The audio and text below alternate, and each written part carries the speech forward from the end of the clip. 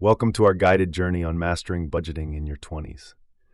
Today, we'll unravel some simple yet effective steps to help you form solid financial habits that can last a lifetime. First, clarify exactly how much money you have coming in each month. This includes your salary, any side hustles, or passive income streams. Knowing your total income is key to setting a realistic budget.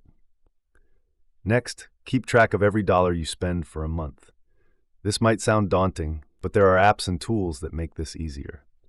Tracking your expenditures helps identify where your money goes and where you could cut back.